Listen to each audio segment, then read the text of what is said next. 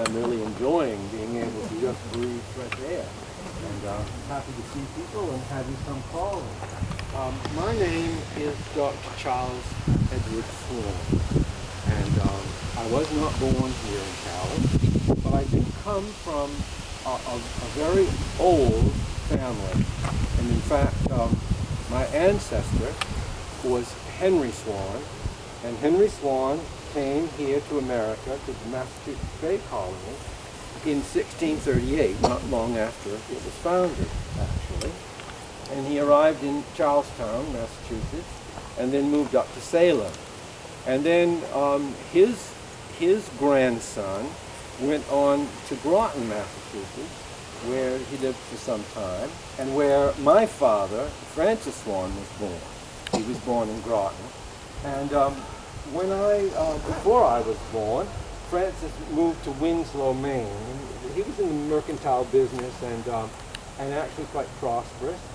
And in Winslow, he built a house known as the Swan Mansion, which was there the last I knew, but you have to remember that I've been gone since 1908, so whether it's there now or not, I don't know. It was across the river from Fort Halifax, and it was quite a grand house.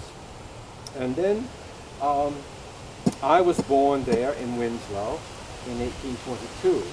And when I was just a boy, about 8 or 9 years old, my family came here to Calais. And so after they removed to Calais, my father, Francis, being in the mercantile business, established a business with lumber and so forth. But he also was one of the proprietors of a fairly large tract of land just outside of the city. And he and 2 other gentlemen were in charge of using that land. And even until the time of his death, he was able to reap the benefits from 1/3 of that land. And that's part of where our finances came from. Now, I was educated here in Calais schools for the most part, but then it was decided that I needed to be gotten ready to go to Bowdoin. And so in order to do that, in those days, this would be back in the 1840s or late 30s, and I had to go over to East Machias because Washington Academy was in existence then.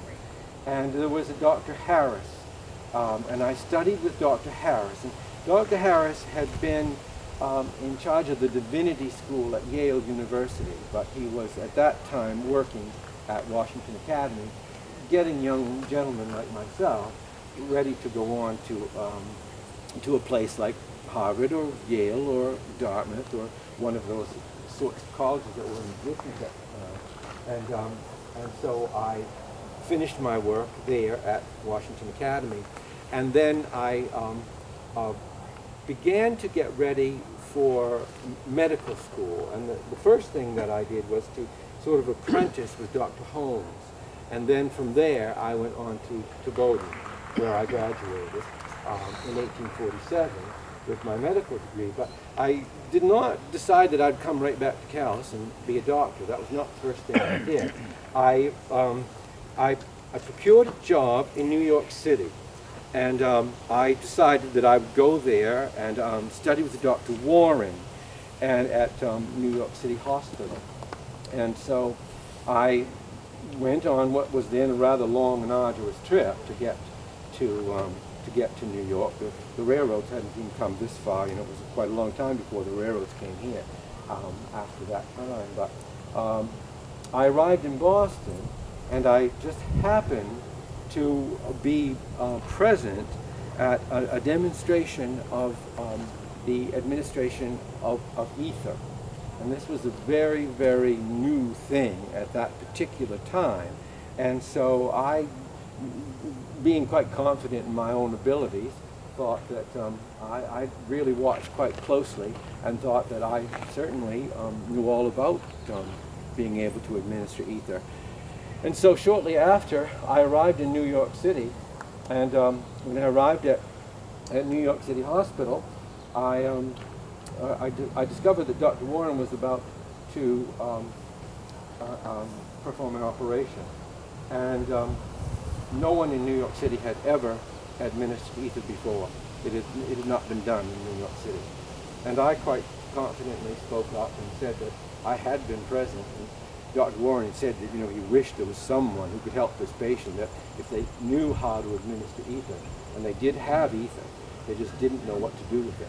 And so I volunteered, and because the risks were great, and the outcome quite probably would not be positive without some sort of anesthesia, I administered the ether to the patient, and it was the first time that ether had ever been administered in New York City.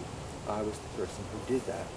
Well, eventually I decided that I would come back to Calais, and so I came here and I practiced medicine actually for over 60 years. I was the city physician here, and I must say I was quite highly thought of, I must admit. Now, after I did return home, and you can notice on this stone, it's been a great long time since I've seen this stone, but I remember having it erected actually for my first wife. I was married twice, once to Mary Downs, and Mary Downs was the daughter of George Downs. George Downs was quite a prominent citizen. They lived down on the main street, and well, those of us who come up back to life like this have ways of finding out information. So I can tell you that what I've heard is that the house where George Downs lived, the house that some of you might have known as the Yanobsky house, it was set back off the road, a big square house, and I understand that they made some sort of apartments out of part of it, or some such thing. I don't know. Mary wouldn't be very happy about that, I don't think. But Mary became pregnant, and in due time she gave birth to twins. And unfortunately, Mary died in childbirth. One of the twins died very shortly after, just a few days afterwards. And then the surviving twin lived to be about 2.5. And then she died. And so that was in the 1850s, and so I went about practicing medicine. I worked with Dr. Holmes until his death in 1864, near the end of the Civil War. And after that, I had practiced it sometimes in my home on what now is Swan Street, but what then was Grosvenor Street. And in fact, it was named for me. Swan Street was named for me within my lifetime. They did it in honor of me while I was still alive. But I also had an office down on the main street, in one of the buildings near Sawyer Avenue, where Casey's Barbershop was at one time. But in that block of buildings, I had a shingle that hung out with Dr. Swan. I even have my case of medicines here, that some things that I would mix up, because in those days we often had to make our own concoctions for people. They weren't always available through the druggist, so we'd mix them up and grind them with a mortar and pestle and so forth. And here's another little case that I have. And this actually is a picture of me, but you'll notice that I shaved my beard, or else I lost it while I was away. I'm not sure which. But if you hold it up to the light, one of those pictures you can only see if you hold it up to the light. But there I am. Rather distinguished gentleman, wouldn't you say? And over here you'll see a picture of my house.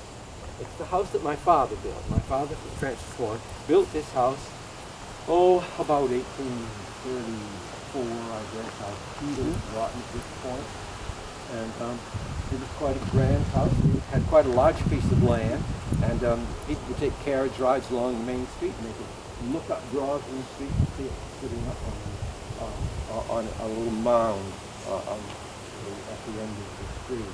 And we called it Swan Farm for a very, very long time, and I believe that 4 generations of my family lived in that house and were there until 1971. And so from the time it was built, for about 140 years, the family lived in that house. Now, as I told you, I was married twice. and first time married Bound, and I was a widower for a very long time, from the 1850s until 1890.